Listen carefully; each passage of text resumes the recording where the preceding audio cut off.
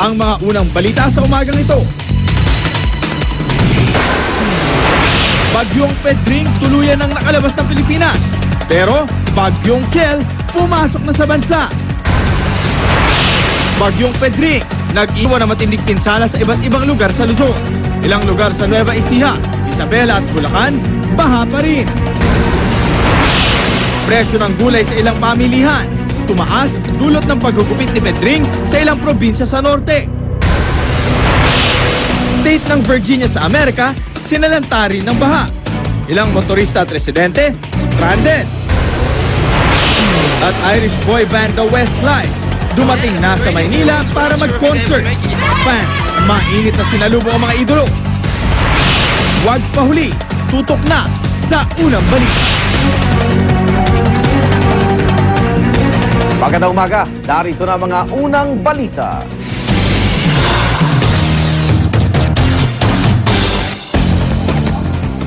Lalawigan ng Nueva Ecija ay sinailalim na sa state of calamity dahil sa tindi ng pinsala dulot ng Bagyong Pedring. Ilang residente ang nagpalipas ang gabi sa tabing kalsada dahil sa baha. Para sa detalye, may report si Chino Gaston. Chino? Yes, Igan, tatapos makalis ng bansa ang Bagyong Pedring, hinaharap naman ngayon ng mga taga-Nueva Ecija ang problema ng matinding pinsala na iniwan ng bagyo. Maraming sakahan ang nasira ng matinding pagbaha, pati na rin ang mga nangamatay na alagang hayop. Panawagan ng mga magsasaka kay Pangulo Aquino, sana'y mabigyang pansin ang kanilang kalagayan. Hanggang ngayon, may tubig baha pa rin sa ilang lugar sa lalawigan. Bagamat may evacuation centers, Igan, naman para sa mga di pa rin makabalik sa kanilang mga tirahan, may ilang residente na nagdamag nagpalipas ng gabi sa tabing daan, gaya na lang sa San Leonardo, Nueva Ecija. May evacuation centers man daw kasi silang pwedeng puntahan, hindi nila pwedeng iiwan ang mga alagang hayop na nakasurvive dito ng pinsala dulot ng tubig baha na kanilang pinagkukunan ng kabuhayan. Kaya gaya ng kanilang mga alaga, tinitiis nila ang lamig ng gabi at nagbabadyang ulan gamit ang mga punit-punit na tolda at plastic na kumot. Kaya kanilang panawagan sa Pangulo Aquino, mabigyan din ng agarang pansin ang kanilang pangangailangan ng relief goods at mga tirahan. Dahil marami pa rin ang tubig baha sa ilang bahagi ng Nueva Ecija, daan-daan sasakyan ang naghihintay sa Maharlika Highway mula Cabanatuan papuntang Hain. Mga malalaking truck lamang at bus ang kayang dumaan dito sa ngayon. Ito rin ang sitwasyon sa iba pang kalsada papasok ng Nueva Ecija. Kagabi marami pa rin sasakyan ang nadatnan namin na stranded nga sa Maharlika Highway mula Cabanatuan at Hain, kalsada mula sa La Paz Tarlac at iba pang mga kalsada papasok ng lalawigan.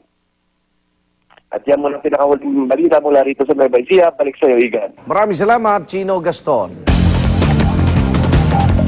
Halos lahat ng 33 barangay sa Candaba, Pampanga ang binaha. Ang naturang bayan kasi ang nagsisilbing catch basin ng tubig mula sa Aurora, Nueva Ecija at bundok ng Sierra Madre. Narito ang report ni GMA News Stringer Romel Ramos. Kasunod ng ilang oras sa pagbayo ng mga ulat hangin ng Bagyong Pedring, nagmistulang dagat ang palayan sa Candaba, Pampanga na nilubog ng baha. Maging ang pangunahing kalsada, hindi basta-basta madaanan. Sa takot na tumirik, hindi na pinangasan tumawid ng ilang motorista. Hindi kaya eh. Ayon sa Pampanga Provincial Information Office, 75% na ng Candaba o halos lahat ng 33 barangay dito ay lubog sa baha. May mga lugar pang hanggang lieg ang tubig tulad sa barangay Pulong Bulusan. Ang Candaba ay nagmistulang catch basin ng tubig mula sa mga lalawigan ng Aurora, Nueva Ecija at bundok ng Sierra Madre. Pero dagdag tubig pa ang pinakawalan mula sa Angat Dam, kaya mas naging mabilis ang pagbaha. Pero matatagalan pa ito, palagay nyo? Ay, matatagal-tagal pa yan. Hanggang kailan po kaya ganito? Kung matagal yan, baka linggo, ilang linggo. Isang patay sa barangay Pulong Bulusan sa kasagsagan ng Bagyong Pedring. Nasawi si Robelyn Bore, siya na taong gulang matapos bagsakan ng puno habang nasa loob ng kanilang bahay. Romel Ramos, GMA News. Wala namang kotse na Nahirapan ang bayan ng Dinalungan sa Aurora na bumangon mula sa perwisyong dulot ng Bagyong Pedring. Isolated pa rin kasi ngayon ang lugar. Narito ang report ni Micaela Papa. Ang lalawigan ng Aurora ang isa sa mga malubhang tinamaan ng Bagyong Pedring. Sa videong kuha ng 48th Infantry Battalion ng Philippine Army, kitang-kita ang hanggang bewang na bahang nagpalubog sa bayan ng Kasiguran. Dito naman sa Dinalungan, tinumba ng hangin ang mga puno at poste. Inakyat pa ng alon ang mahigit 100 bahay sa may tabing dagat. Sa lakas ng bagyo, nawala ng signal ang mga cellphone, kaya pati ang aming news team hindi magawang makipag-ugnayan sa Maynila. Wala pang kuryente at nagharang pa sa mga kalsada ang natumbang poste. Ang ilang tao at tricycle na aming nakita, nakipag-Chinese garter pa sa mga kable ng kuryente para lamang makatawid. Sa tala ng munisipyo, 15.2 million pesos ang partial damage sa infrastructure, pananim at mga kabahayan. Pilitin mang makabangon, hindi raw maabot ng tulong mula sa national at provincial government ang bayan ng Dinalungan. Isolated pa rin daw kasi ito hanggang ngayon. Balakid daw sa koordinasyon ng munisipyo sa PDRRMC ang patuloy na kawalan ng signal ng mga cellphone. Nasa may tabing dagat yung cell site ng isang service provider, kung kaya naman isa ito sa mga unang sumalo ng malalakas na hangin na dala ng Bagyong Pedring.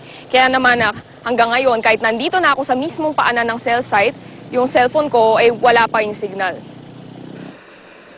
Hindi pa makapunta ang mga engineer upang ayusin ang cell site dahil hindi pa humuhupa ang baha sa lahat ng kalsada papasok ng bayan.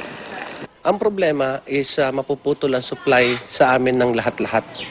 From diesel fuel, na pangalawa, yung mga food commodities para sa mga aming mga merchandiser, siyempre hindi rin makakarating at dahil sa ganyang kondisyon ng daan. So napakarami magsasaper. Para sa unang balita, Micaela Papa reporting. Humupa na ang baha sa Malabon pero dahil sa tindi ng pinsalang tinamo sa pananalasa ng Bagyong Pedring, isinailalim sa state of calamity ang lungsod. Mula sa Malabon, may live report si Trisha Zafra. Trisha? Pia, bumabalik na nga sa normal itong lungsod ng Malabon matapos perwisyuhin ng Bagyong Pedring at matapos ding masailalim sa state of calamity. Sabay sa pagtigil ng ulan at paghupa ng baha, naging abala na ulit ang mga kababayan natin dito sa Malabon. Nadadaanan na piya ng mga sasakyan yung mga pangunahing lansangan dito, partikular na itong C4 at Dagat-Dagatan Road. Laking pasalamat nga ng mga tricycle driver na naghahanap buhay dito dahil malaking kawalan daw at napaparalisa ang kanilang hanap buhay kapag kabagyo. Pag bumabaha at saka umuulan, hindi, ganun naman talaga, hindi kami kakabiyahe dahil nga hindi kaya ng motor eh. Malaki bang kawalan yan yung hindi makapasado dahil sa bagyo? O, siyempre ma'am. Pamilyado tayo eh. Pag ako nagbiyahe ko kahit bagyo kasi wala mang makain kapag hindi mo magbiyahe.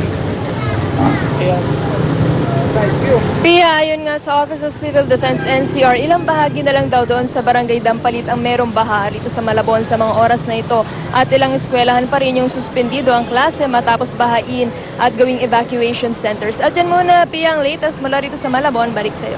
Maraming salamat, Trisha Zafra, nag-uulat live mula sa Malabon. Nasa state of calamity na rin ang lalawigan ng Isabela dahil sagupin ng Bagyong Pedring. Sa ngayon, bumaba ng tubig sa mga binahang lugar sa probinsya. May live report si Salima Refran. Salima. Igen, nagdeklara na nga ng state of calamity ang lalawigan ng Isabela matapos salantahin ng Bagyong Pedring. Ayon sa pamahalaang panlalawigan, nasa kalahating bilyong piso o 490 million pesos ang kabuang halaga ng pinsala sa probinsya. Ekta-ektaryang palayan at ilang struktura kasi ang nasira. 3 naman ang patay dahil sa pagkalunod. Ang makukuhang emergency fund gagamitin sa rehabilitasyon ng probinsya at paghahanda sa mga papasok pang bagyo. Kailangan din kasing maghanda ng Isabela para sa bagyong Kiel na sinasabing tinatahak ang Hilagang Luzon. Samantala, bumaba na ang level ng tubig sa Magat Dam. Matapos ang walang tigil na pagpapakawala ng tubig, bumaba na mula sa 194 meters level sa 193 meters spilling level ang tubig sa Magat Dam.